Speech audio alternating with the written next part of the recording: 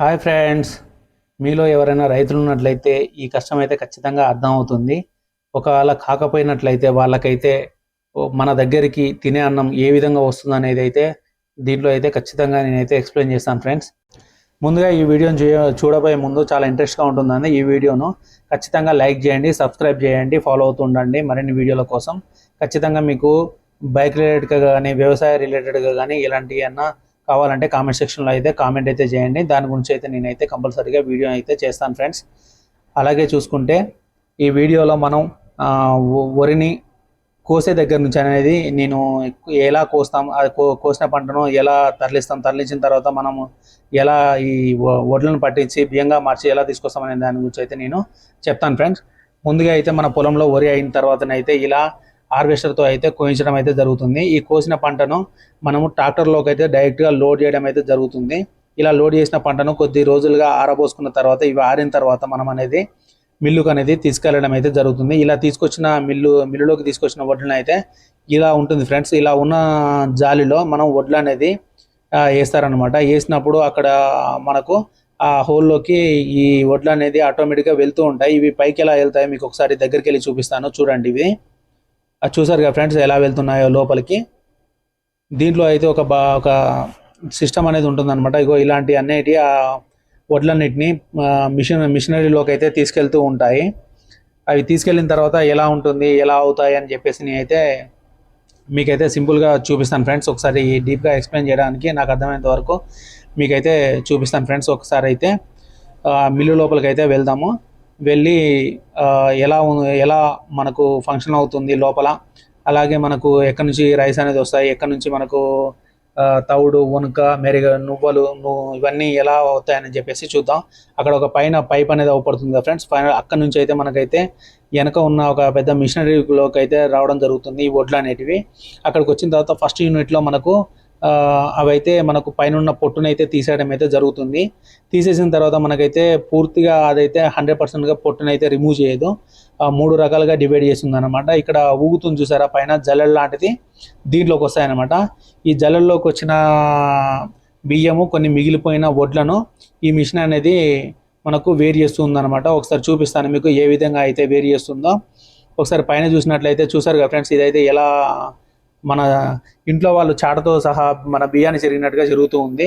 ఇక్కడైతే సగం బియ్యం ఉన్నాయి, సగం అయితే వడ్లు ఉన్నాయి. ఒకసారి అయితే కింది సైడ్ ఇది ఎలా పోస్తుందో చూపిస్తాను. మనకు ఇది గ్లాస్లో నుంచి అయితే చూపించడం జరుగుతుంది. ఫస్ట్ వచ్చేసి బియ్యము, సెకండ్ వచ్చేసి బియ్యమును ఈ వడ్లు ఉన్నాయి కదా కలిపేసి ఉన్నాయి. అట్ లాస్ట్కి అయితే మొత్తం వడ్లే పడుతూ ఉన్నాయి. దాంట్లో చేపెట్టాలంటే కాస్త భయంగా ఉంది, అది అటు ఇటు బాగా స్పీడ్గా రన్ అవుతుంది. ఒకసారి చూడండి, ఇవైతే పాలిష్ చేయని బియ్యం అనమాట. నెక్స్ట్ వచ్చేసి దీంట్లో మెరుగలు అండ్ బియ్యం కలిసి ఉన్నాయి, అంటే వడ్లు ఉన్న బియ్యం కలిసి ఉన్నాయన్నమాట. నెక్స్ట్ దాంట్లో చూసినట్లయితే ఇవి వచ్చేసి కంప్లీట్గా వడ్లు, దీంట్లో ఎక్కడో ఒకటి మాత్రమే బియ్యం అనేది ఉందన్నమాట. ఇక్కడ నుంచి ప్రాసెస్ వచ్చేసి సెకండ్ ప్రాసెస్ అనేది జరుగుతుందన్నమాట. ఒకసారి దాన్ని కూడా మీకు ఒకసారి చూపిస్తాను. ఇదైతే చాలా స్పీడ్గా అటు ఇటుగా మన రొటేట్ అవుతూ ఉంది. నెక్స్ట్ వచ్చేసి సెకండ్ చూపిస్తున్నాను చూసారు, 2 పిల్లర్లా ఉంది, దీంట్లోకి అనేది ప్రాసెస్ అవ్వడం జరుగుతుందన్నమాట. దీంట్లో ప్రాసెస్ అయిన తర్వాత ఇవి ఎక్కడి నుంచి ఎలా ప్రాసెస్ చేస్తుందో ఒకసారి అయితే దగ్గరికి వెళ్ళి అయితే చూపిస్తాను.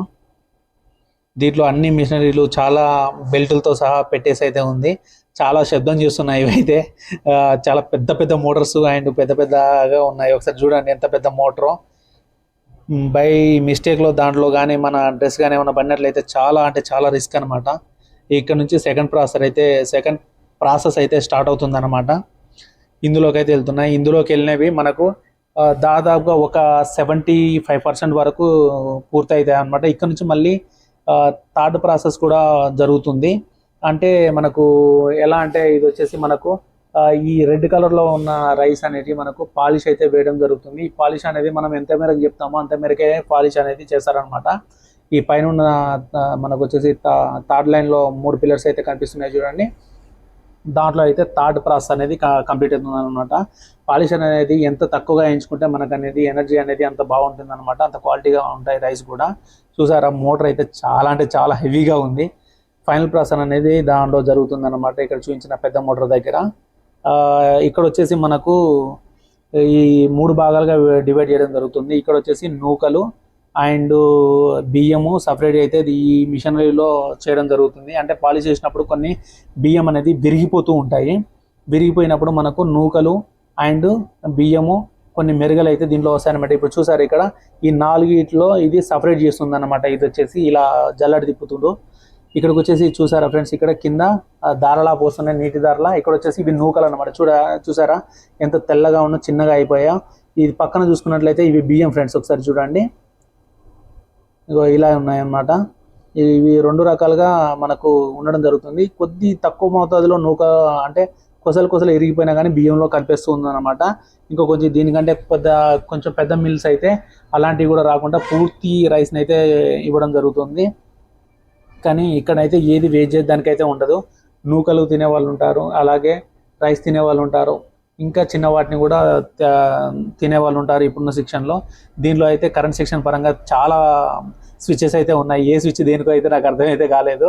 ఫైనల్గా అయితే మనం అన్ని రకాలుగా ప్రాసెస్ కంప్లీట్ చేసుకొని మనకైతే బత్తలోకి అయితే ఇగో రైస్ అయితే రావడం జరిగింది. చూడండి ఫ్రెండ్స్, దీనికోసం అయితే మా పిల్లలు, నేను, మా అమ్మ, మా భార్య అయితే అందరం రావడం జరిగింది. ఎందుకంటే అందరం తింటాం కాబట్టి అందరం కష్టపడి పని చేయాలి. ఇక్కడైతే చాలామంది అయితే రైతులు అయితే పంటలు అయితే ఇక్కడికి వచ్చి పట్టించుకుంటారు. వాళ్ళైతే తీసుకోవడానికి ట్రాన్స్పోర్టు ఒకవేళ వాన కానీ పుట్టినట్లయితే దాంట్లో పెడతారు. తీసుకొచ్చిన పంటను వాళ్ళ కళ్ళంలో ఆరబోయడానికి అంటే ప్లేస్ లేకపోయినట్లయితే మిల్లు దగ్గర తీసుకొచ్చి ఇగో ఈ విధంగా అయితే ఆరబోస్తూ ఉంటారనమాట. ఇక మేము తీసుకొచ్చిన ట్రాక్టర్ అయితే అక్కడ ఉంది. కొందరు అయితే చిన్నగా కొన్ని తక్కువగా ఉన్నట్లయితే టాటా ఏస్లో తీసుకొస్తారు, మరీ ఎక్కువగా ఉంటే లారీలో తీసుకొస్తారనమాట. రైతులు అయితే ఇలా మిల్లు దగ్గరలోనే ఆరబోసుకుంటారు.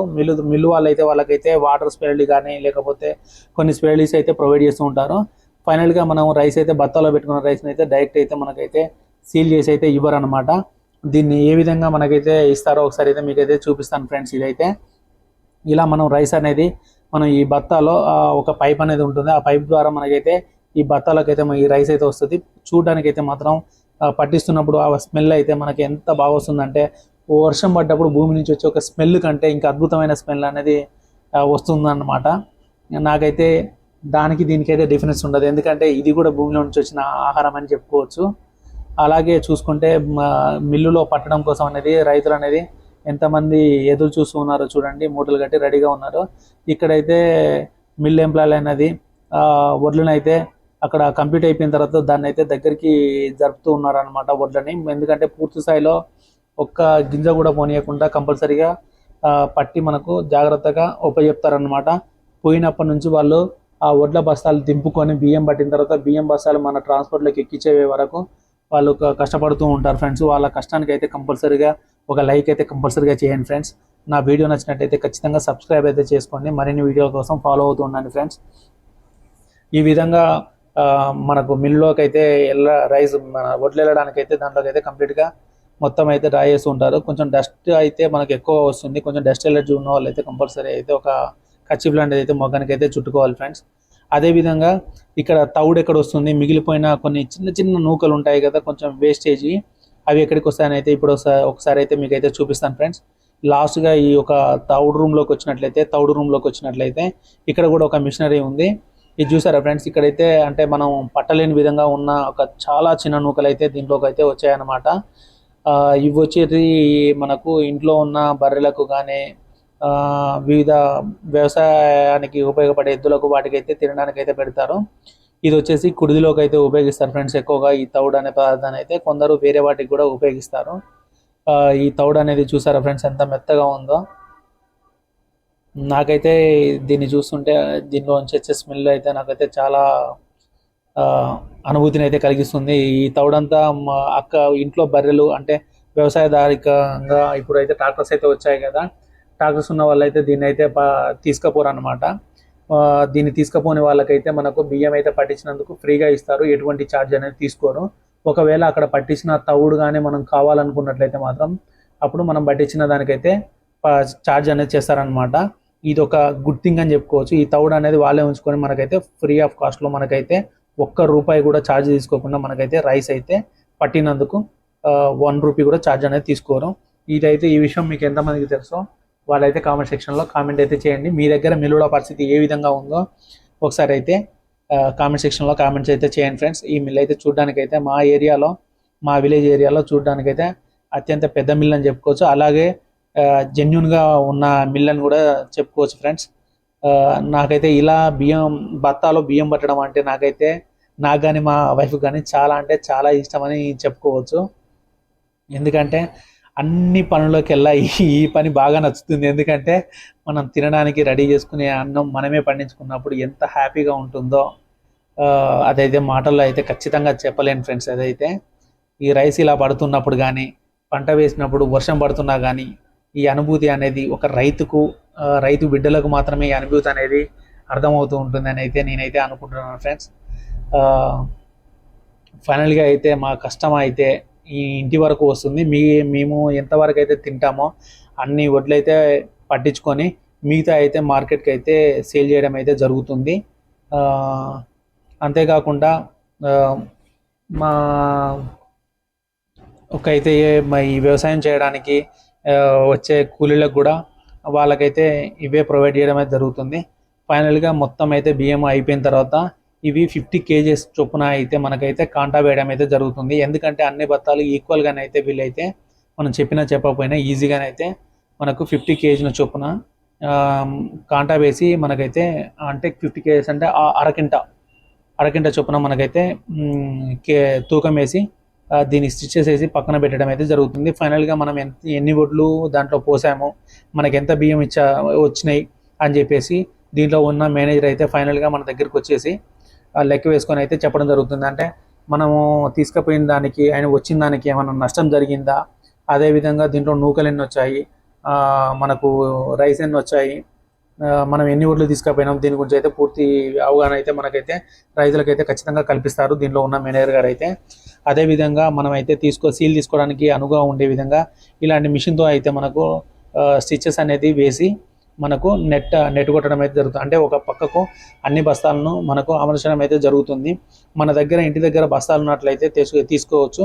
ఒకవేళ లేనట్లయితే వీళ్ళ దగ్గర నుంచి అయితే మనమైతే కొంత అమౌంట్ ద్వారా పర్చేజ్ చేసినట్లయితే వాళ్ళైతే మనకైతే బియ్యం పట్టించుకోవడానికి బత్తాలు అయితే ప్రొవైడ్ చేయడం అయితే జరుగుతుంది. ఇలా పట్టించిన బత్తాలన్నీ నేనైతే ట్రాక్టర్లో ఇంటికి తీసుకొచ్చాను ఫ్రెండ్స్. ట్రాక్టర్లో ఇంటికి తీసుకొచ్చిన తర్వాత నేను వచ్చే సమయానికి మిట్ట మధ్యాహ్నం అయిందనమాట. ఆ టైంలో అయితే మా ఇంటి చుట్టుపక్కల అయితే ఎవరు లేరు, అందరూ వ్యవసాయ పనులకి వెళ్ళడం జరిగింది. ఇక తప్పనిసరి పరిస్థితిలో ఇక నేను ఒక్కనే ఆ బత్తాలన్నీ ఇంట్లో వేయడం అయితే జరిగింది. చూస్తున్నారు ఫ్రెండ్స్, కనీసం ఎత్తడానికి కూడా ఎవరు లేరు. ఎందుకంటే నేను రైతు బిడ్డనే కాబట్టి నేను ఏ జాబ్ చేసినా కానీ కంపల్సరీ అయితే నా వృత్తిని అయితే మర్చిపోలేను. కాబట్టి నా పనులు అయితే నేను చేస్తుంటాను. మా ఇల్లు చూసారా ఫ్రెండ్స్, అన్ని చెట్లే ఉంటాయి. పూల మొక్కలు, చెట్లు, మామిడి చెట్లు, అరటి చెట్లు, జామ చెట్లు, కొబ్బరి చెట్లు, అన్ని చెట్లతో నిండిపోయి అయితే ఉంటుంది మా ఇల్లు. అలాగే నేను తీసుకున్న కొత్త బండి, దాని వీడియో కూడా మన ఛానల్ అయితే పోస్ట్ చేశాను ఫ్రెండ్స్. ఖచ్చితంగా ఈ వీడియో నచ్చినట్లయితే లైక్ చేయండి, షేర్ చేయండి, సబ్స్క్రైబ్ చేయండి. ఏమన్నా సందేహాలు ఏమైనా ఉంటే కామెంట్ సెక్షన్ లో కామెంట్ చేయండి ఫ్రెండ్స్. నన్ను ఇలా సపోర్ట్ చేస్తూ ఉంటారని ఆశిస్తూ థ్యాంక్ యూ ఫ్రెండ్స్.